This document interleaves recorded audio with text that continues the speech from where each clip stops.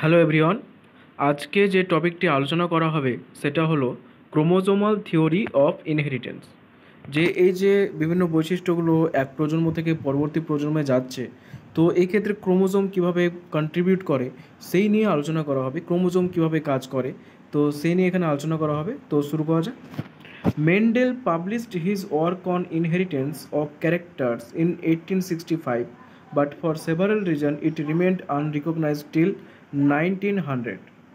তো মেন্ডেল এই যে ক্যারেক্টারগুলো কীভাবে এক প্রজন্ম থেকে আরেক প্রজন্মে যায়, এগুলো নিয়ে তিনি পরীক্ষা টরীক্ষাগুলো যে ছিল সমস্ত কাজগুলো সবগুলো 1865 খ্রিস্টাব্দের মধ্যে কমপ্লিট হয়ে গেছিলো। কিন্তু বিভিন্ন কারণের জন্য এটা 1900 সাল পর্যন্ত কেউ জানতে পারেনি। তিনি অনেকগুলো থেসিস জমা দিয়েছিলেন, কেউ এর গুরুত্ব বুঝতে পারেননি। অনেক কারণ ছিল, কারণ অনেকে ভাবছিল ম্যাথ ইউজ করা হচ্ছে বায়োলজিতে। তারপরে এই যে কনসেপ্টটা যে জিন নিয়ন্ত্রণ করে বৈশিষ্ট্যকে, জিন বা ফ্যাক্টর, সেই টাইমে ফ্যাক্টর বলা হতো। আরও অনেক কারণ আছে যেটা পড়বো এখন। তো এই বিভিন্ন কারণের জন্য প্রায় 35 বছর কেউ এই নিয়ে চর্চাই করেনি, এটাকে গুরুত্বই দেয়নি। ফার্স্টলি কী কারণগুলো ছিল?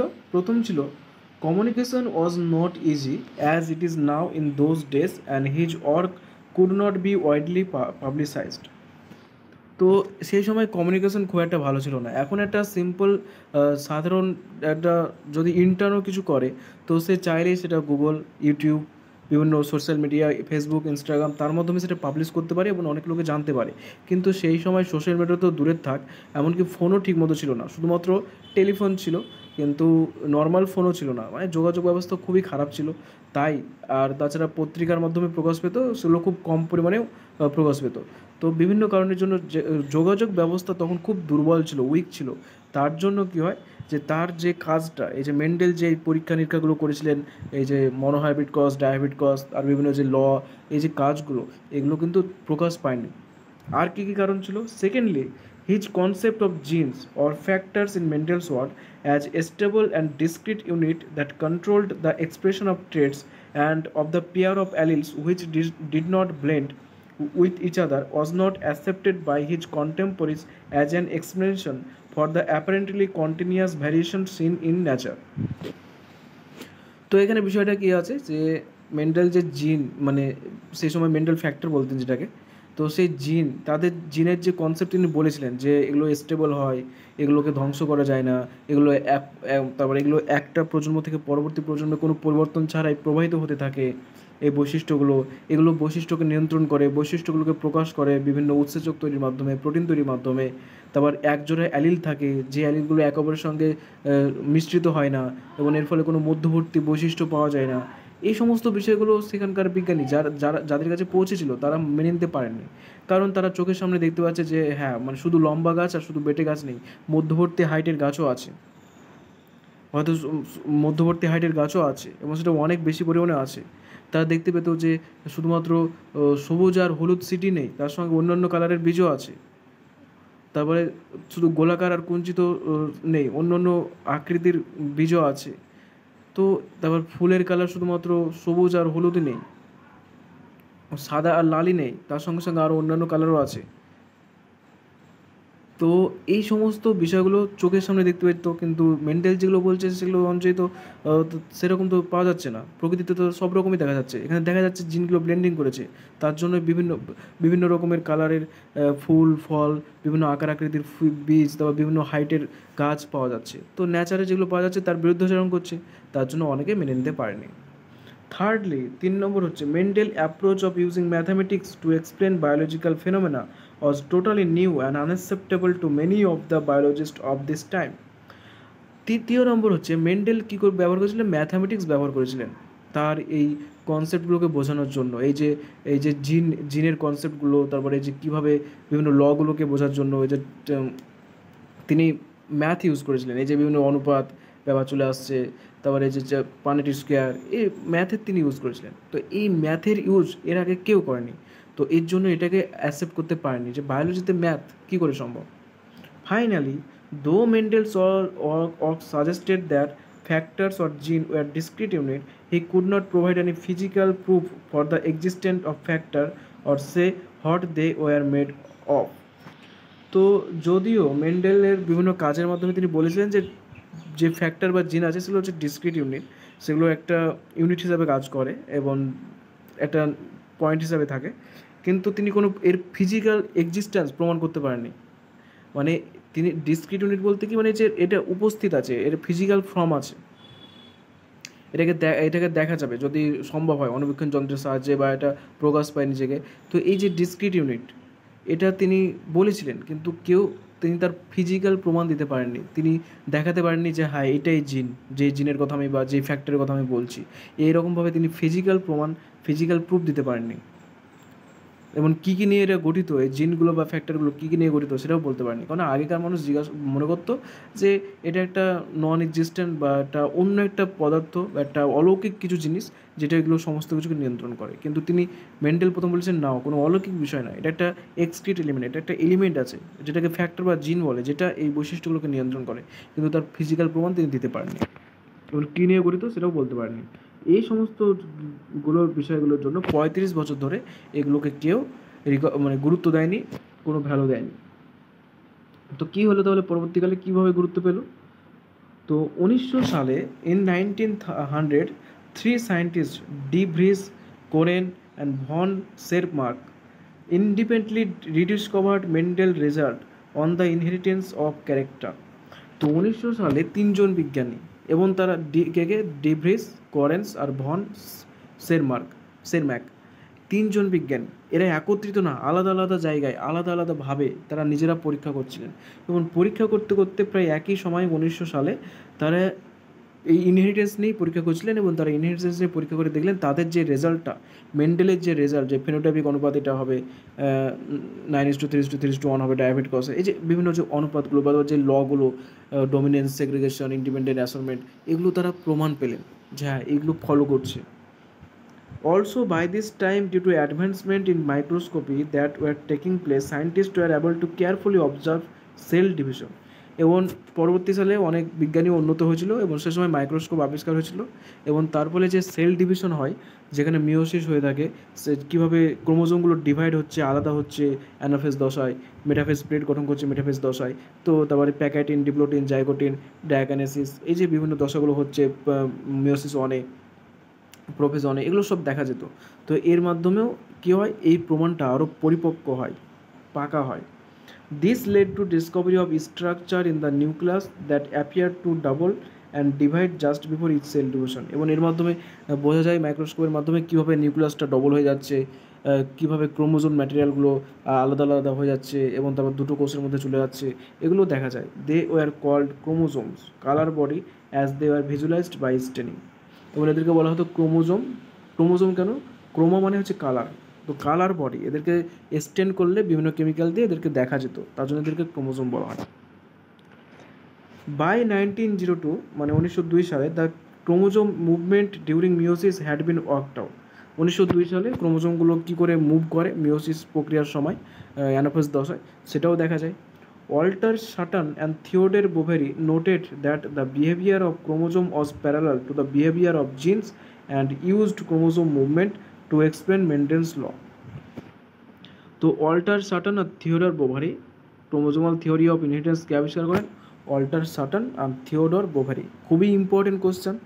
তো তারা দেখেন যে ক্রোমোজোমের যে ব্যবহার, এই যে অ্যানাফেজ দশায় ক্রোমোজোমগুলো আলাদা হয়ে যাচ্ছে, দুটো অপত্য কোষে যাচ্ছে সেল ডিভিশনের সময়, তো ক্রোমোজোমগুলো যেইভাবে আলাদা হচ্ছে, মেন্ডেল জিনের সম্পর্কে বা ফ্যাক্টরের সম্পর্কে যেটা বলেছিলেন যে জিনগুলো কীভাবে আলাদা হয়ে যাচ্ছে ইন্ডিপেন্ডেন্টলি অ্যাসর্টমেন্টভাবে, তারপরে কীভাবে আলাদা হচ্ছে আরেকটা বৈশিষ্ট্য পরবর্তী প্রজন্মতে যাচ্ছে, ঠিক এই রুলসকে ফলো করে ক্রোমোজোমগুলোও আলাদা হচ্ছে সেল ডিভিশনের সময়। মানে জিন যেরকমভাবে কাজ করছে ক্রোমোজোমও সেই রকমভাবেই কাজ করছে, ঠিক আছে? এবং মেন্ডেল ল যেভাবে এক্সপ্লেন করেছিলেন সেইভাবেই কাজ করছে। Parallel behaviour.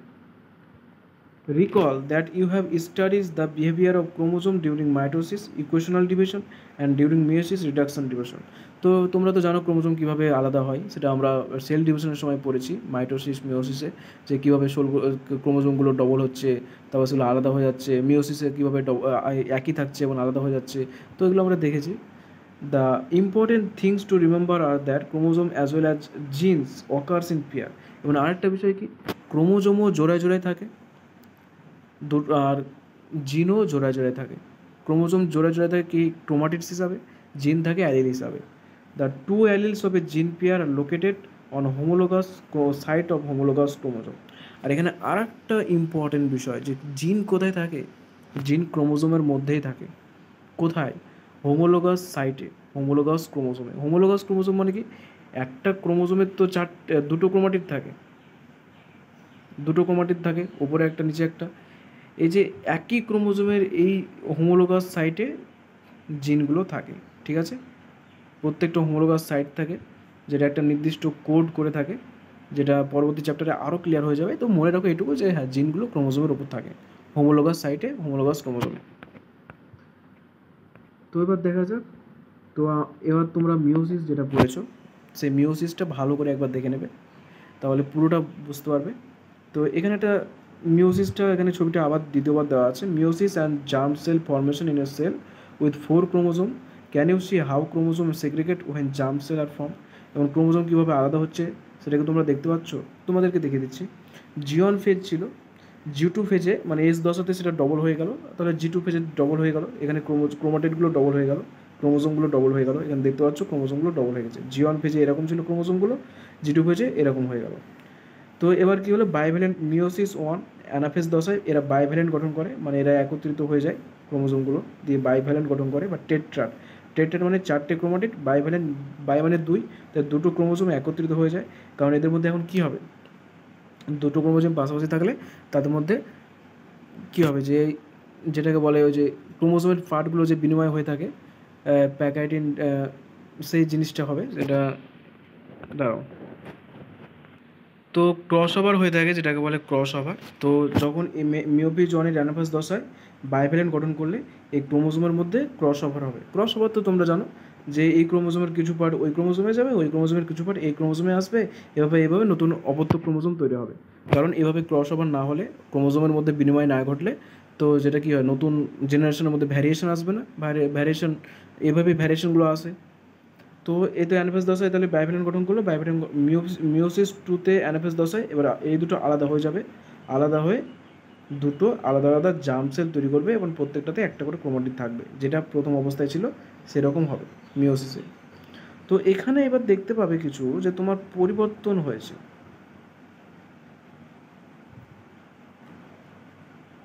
তো এখানে cell formation, cell 4 chromosome, can you see how chromosome segregate when germ cell. তো এখানে দেখতে পাচ্ছ ক্রোমোজোমগুলো কীভাবে আলাদা হয়ে যাচ্ছে জার্ম সেল তৈরি করার সময়।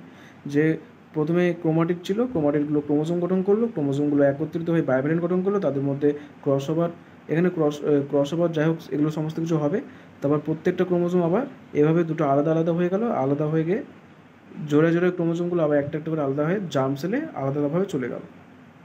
তো এইভাবে দেখতে পাচ্ছ কী হচ্ছে, যে ক্রোমোজোমগুলো জোড়ায় জোড়ায় থাকছিল, তারপর এরা আবার আলাদা হয়ে যাচ্ছে, জার্ম সেলে একটা করে থাকছে ক্রোমোজোম, ঠিক আছে? তো এই যে জিনগুলোও কিন্তু এইভাবেই আলাদা হয়ে থাকে। তো এখানে কম্পারিজনটা দেওয়া আছে, ক্রোমোজোম এবং জিনের মধ্যে বিহেভিয়ারের কী কী কম্পারিজন, মানে তুলনা করা হয়েছে। যে ক্রোমোজোমও কী করে, জোড়ায় জোড়ায় থাকে, আর জিনও জোড়ায় জোড়ায় থাকে। ক্রোমোজোম কী করে, segregate at the time of gamete formation such that only one of each pair is transmitted to a gamete. যে যখন গ্যামেট তৈরি হয় তখন এরা কী করে, যে এরা আলাদা হয়ে যায় এবং এক জোড়া একটা গ্যামেটের মধ্যে পৌঁছায়, যেটা উপরে দেখলে। Segregate at gamete formation, gamete তৈরির সময় এরাও সেগ্রিগেট করে, and only one of each pair is transmitted to a gamete, এবং তাদের দুটোর মধ্যে যে কোনো একটা গ্যামেটের মধ্যে যাবে। Independent pair segregate independently of each other, যে পেয়ারগুলো মানে প্রত্যেকটা পেয়ার কেউ কারোর উপর নির্ভর করে না, যেটা যার খুশি যার সাথে মিক্স হতে পারে, যেটা ওই ক্রসিং ওভার সময় দেখতে পাবে, যেটা যে ওই ক্রোমোজোমের পার্ট এই ক্রোমোজোমের সঙ্গে, এই ক্রোমোজোমের পার্ট ওই ক্রোমোজোমের সঙ্গে, এইভাবে ক্রস ওভার করে যে যে ওই মানে ইচ্ছাকৃতভাবে স্বাধীনভাবে যে কোনো পেয়ার যার সঙ্গে যুক্ত হয়ে পরবর্তী প্রজন্মে যাবে। One pair segregate independently of another pair, এখানে একটা পেয়ার সেগ্রিগেট করে আর একটা পেয়ারের তুলনায়, মানে এটাও কী করে, যে পেয়ার যখন সেগ্রিগেট করে তখন ইন্ডিপেন্ডেন্টলি করে।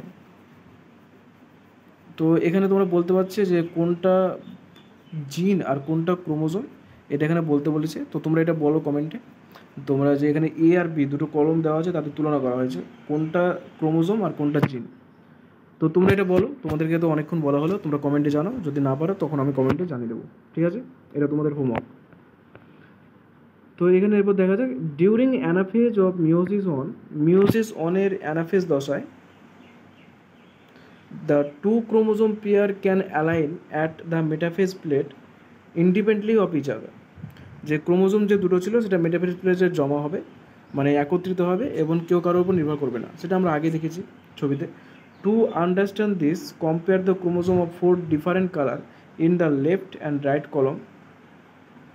In the left column possibility 1, এই যে এখানে দেওয়া আছে possibility 1, orange and green is segregating together, orange এবং গ্রিন যে, আর but in the right hand column possibility 2, এখানে orange chromosome is segregating with red chromosome, orange chromosome আর রেড ক্রোমোজোম একত্রে আছে, আর এখানে অরেঞ্জ আর রেড আলাদা আছে।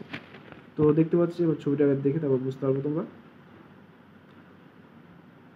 এই যে এখানে যে ইন্ডিপেন্ডেন্টলি অ্যানাফেজ দশা মিওসিস অনের যে ক্রোমোজোমগুলো ইন্ডিপেন্ডেন্টলি যে থাকে, তো সেটা এখানে বলা হয়েছে। তো এখানে দেখা যাক কীভাবে হচ্ছে, এখানে বুঝতে পারবে। ছবিটা অত্যন্ত ভালোভাবে দেওয়া আছে, ওপরে একটা সিম্পলি দেওয়া ছিল উপরের ছবিটা, আর এখানে যে ক্রস ওভার ঘটে, ক্রোমোজোমের পার্টগুলো ইন্ডিপেন্ডেন্টলি একটা পার্ট থেকে আরেকটা পার্টের সঙ্গে যুক্ত হয়, সেটা দেওয়া আছে। পসিবিলিটি 1 দেখতে পাচ্ছ 1 লং অরেঞ্জ, একটা অরেঞ্জ আছে লম্বা, আর 1 শর্ট গ্রিন ক্রোমোজোম, আর একটা শর্ট গ্রিন ক্রোমোজোম আছে, তার সঙ্গে কি আছে লং ইয়েলো, এই যে ইয়েলো, আর শর্ট রেড ক্রোমোজোম আছে অ্যাট দ্য সেম পোল, একই পোলে। মিওসিস অনে মেটাফেজ প্লেটে,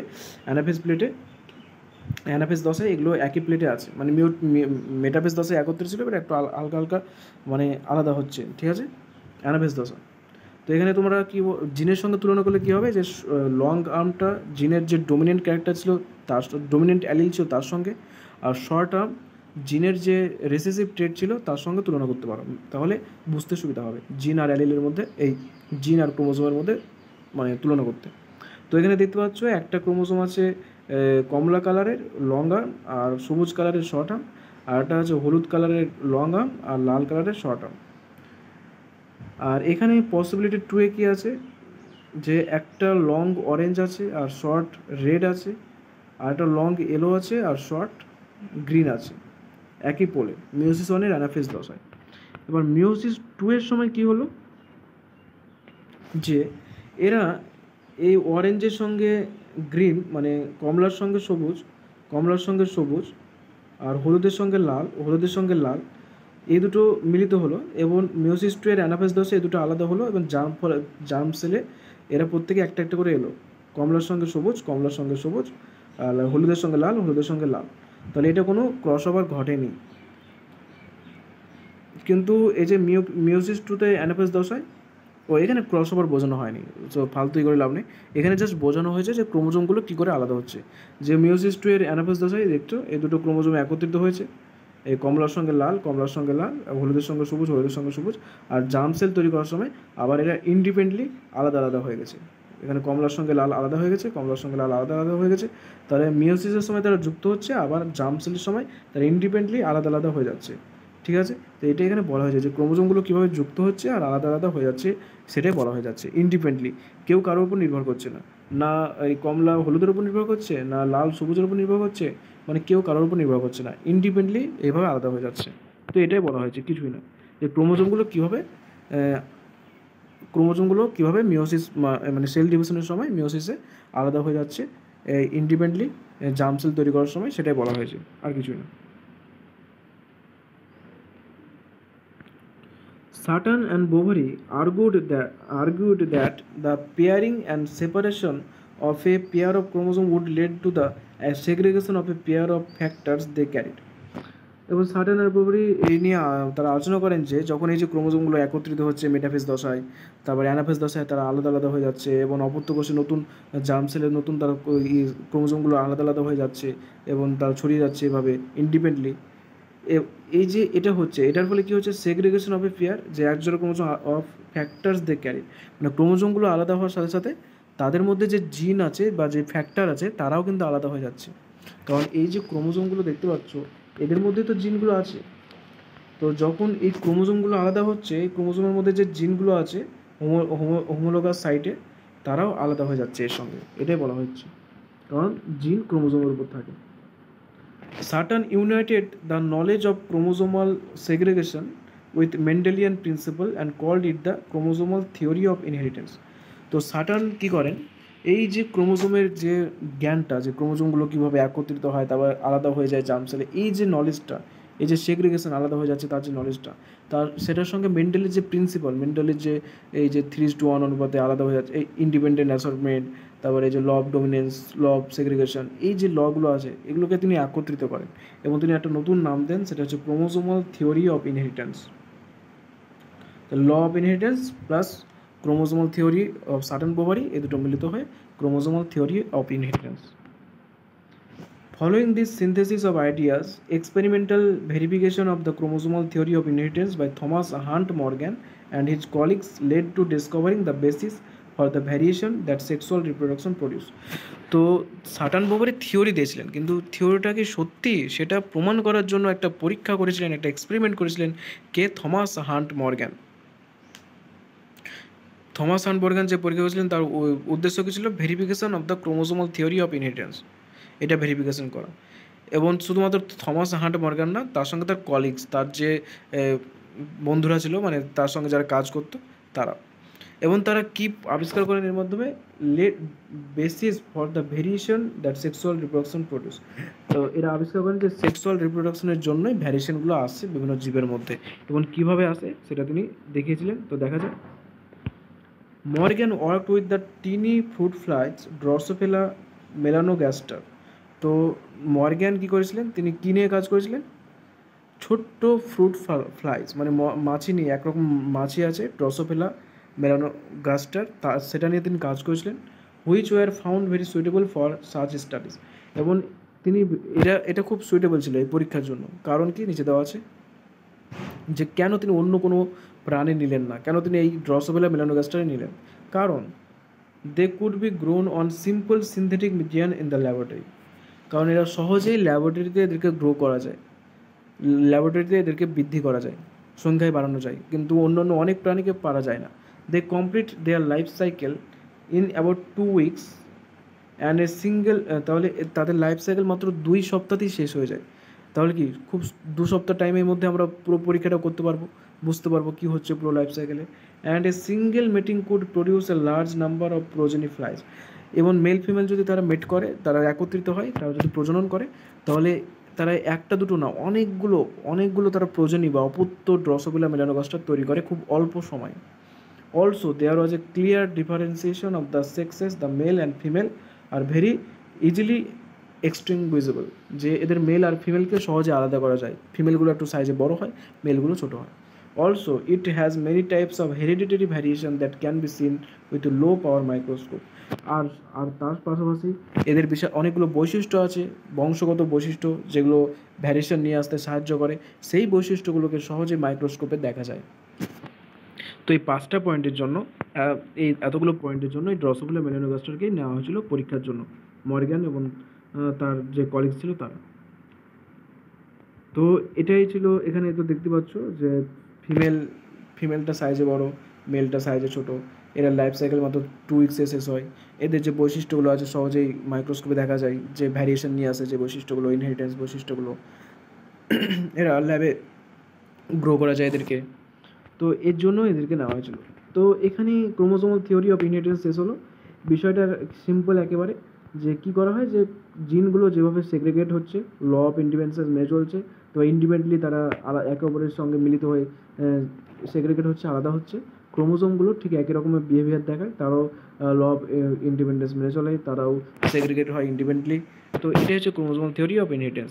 মানে মেন্ডেল যেটা জিনের জন্য তৈরি করেছিলেন যে লটা, সেই লটা ক্রোমোজোমের ওপরও কাজ করে। এটা হচ্ছে মেন ব্যাপার, আর কিছুই না। তো এখানেই শেষ হলো। আশা করছি তোমরা বুঝতে পেরেছো বিষয়টা। তো এর পরবর্তী ভিডিওতে লিঙ্কেজ এবং রিকম্বিনেশন সেটা দেখানো হবে। তো প্রত্যেকটা লাইন, প্রত্যেকটা ওয়ার্ড তোমাদেরকে অনেক সিম্পলি বোঝানো হচ্ছে তোমাদের সুবিধার জন্য, যাতে তোমরা এবার যদি তোমরা এনসিইআরটি পড়ো সহজে বুঝতে পারবে, কোনো চাপ হবে না। তো তোমরা ভিডিওগুলোকে লাইক করো, কোনো সমস্যা থাকলে কমেন্টে জানাও, যদি ভালো লেগে থাকে অবশ্যই কমেন্টে জানাও। তোমরা চ্যানেলটিকে সাবস্ক্রাইব করো, আর তোমরা ভিডিওগুলি তোমাদের বন্ধুদের মধ্যে, তোমাদের ফ্রেন্ড সার্কেলে শেয়ার করো, যাতে তারা উপকৃত হয়। তো ধন্যবাদ তোমাদের সবাইকে ভিডিওগুলি দেখার জন্য।